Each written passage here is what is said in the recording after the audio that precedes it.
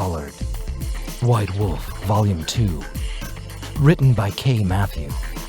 Narrated by Hunter Millbrook. Collared. Richard pulled off his boots and warmed his feet by the fire. His body ached after a long day of work on his grandmother's small farm. There were animals to tend to, fields to plow, and wood to chop. What he wouldn't give to be back home in New York and in the arms of modern comforts. This was his punishment for thievery. His parents had sent him out into the middle of nowhere to get away from the wrong crowd, as they had called his friends, and show him what an honest life of work was. Richard had thought they had gone a bit overboard. A few days in county jail would have suited him just fine.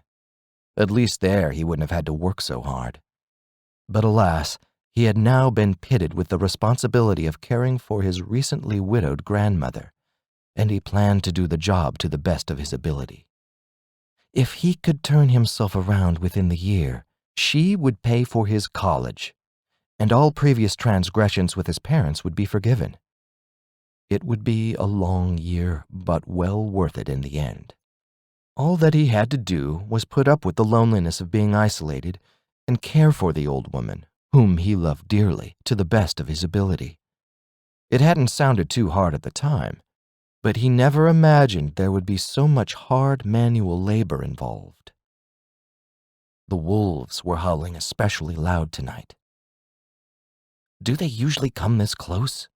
he asked, a pit of uneasiness beginning to build in his stomach. "They're probably hunting something nearby.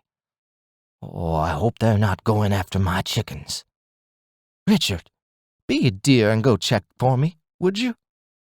the old woman asked, giving Richard a look of concern.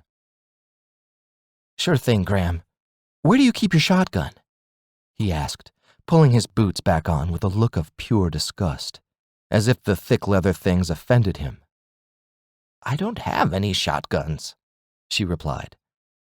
"I got rid of them all when your grandfather died. I don't believe in having guns in the house." "How can you live all the way out here and not believe in having guns in the house? I thought everyone in the sticks owned a gun." "Well, I don't see the point in having them. The only time I ever saw your grandfather fire a gun was to kill snakes in the yard or to shoot at the hogs that were rooting up our crops." A disturbed look crossed her withered face in realization of the mistake that she had made by giving her husband's guns away. "Oh dear, I suppose I should have kept one, shouldn't I have?" Richard rolled his eyes, but did his best to make sure that she couldn't see it. His grandmother had a cataract in one eye, so it wasn't too difficult to make small gestures without her noticing. "Well, how do you expect me to take care of the wolves if you don't have any guns?" "Maybe they'll run away if they see you out there. Wolves are usually afraid of people," she said. "Or you can just stay in here. But I do so hope they don't get my chickens."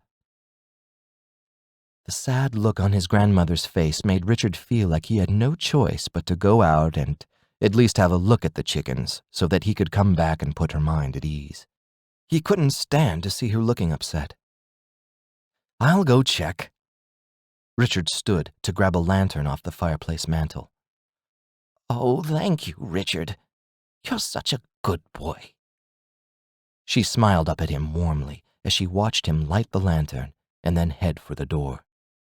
Richard stepped out into the chilly autumn air and shone the lantern around.